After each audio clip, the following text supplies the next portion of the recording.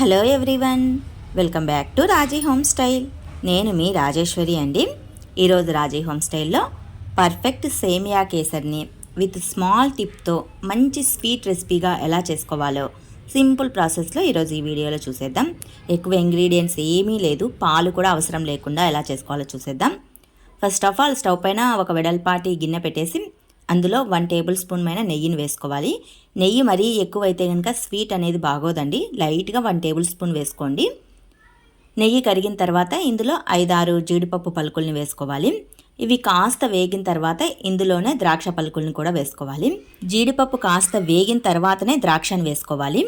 రెండింటిని ఒకే పారు వేసేసామంటే ద్రాక్ష అనేది బుడ్డలుగా వచ్చేస్తుంది, జీడిపప్పు పచ్చిగానే అనిపిస్తుంది.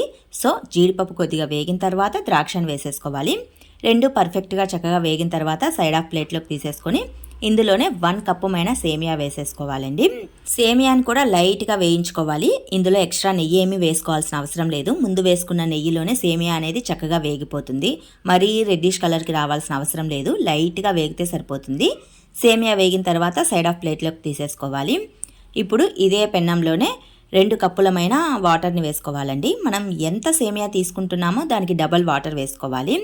ఎక్కువ వాటర్ ఏమీ వేయద్దు. ఎక్కువ వేస్తే సేమియా అనేది పొడిగా రాదు, జోరుగా ముద్దగా అయిపోతుంది. సో 1:2 రేసులో వేసుకోవాలి. వాటర్ బాగా రోలింగ్ బాయిల్ అవుతున్నప్పుడు ఇందులో ఎల్లో ఫుడ్ కలర్ని అలాగే కాస్తంత ఇలాచీ పౌడర్ని వేసుకోవాలి. ఇందులోనే వేయించి పక్కన పెట్టి ఉంచుకున్న సేమియాని కూడా వేసేసుకొని స్టవ్ని పర్ఫెక్ట్గా మీడియం ఫ్లేమ్లోకి టర్న్ చేసుకోవాలి. ఇందులో మెయిన్ పాయింట్ ఏంటంటే సేమియా అంతా చక్కగా బాయిల్ అయిన తర్వాత చివరి స్టేజీలో ఉన్నప్పుడు మాత్రమే షుగర్ని వేసుకోవాలండి. అప్పుడే సేమియా కేసరి అనేది పర్ఫెక్ట్ వేలో ఉంటుంది. ముందుగానే మనం షుగర్ని వేసేసామంటే కనుక సేమియా అనేది నీలుక్కుంటుంది, మెత్తగా అనిపించదు. సో కేసరి చివరి స్టేజీలో ఉన్నప్పుడే షుగర్ని వేసుకోవాలి. తర్వాత ఫైనల్గా వేయించి పెట్టి ఉంచుకున్న జీడిపప్పు ద్రాక్ష పలుకుల్ని వేసుకుంటే సరిపోతుంది. ఇంతేనండి, స్మాల్ టిప్స్తో పర్ఫెక్ట్ వేలో సేమియా కేసరిని చేసుకునే ప్రాసెస్. మరి మీకు ఈ వీడియో నచ్చినట్లయితే మరికొన్ని ఇలాంటి రెసిపీస్ కోసం డూ సబ్స్క్రైబ్ మై ఛానల్.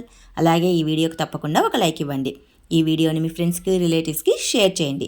ఏదైనా తీపి తినాలనిపించినప్పుడు జస్ట్ 10 మినిట్స్లో ఇలా స్వీట్ రెసిపీని ప్రిపేర్ చేసుకోండి. Do subscribe once again. Thanks for everyone.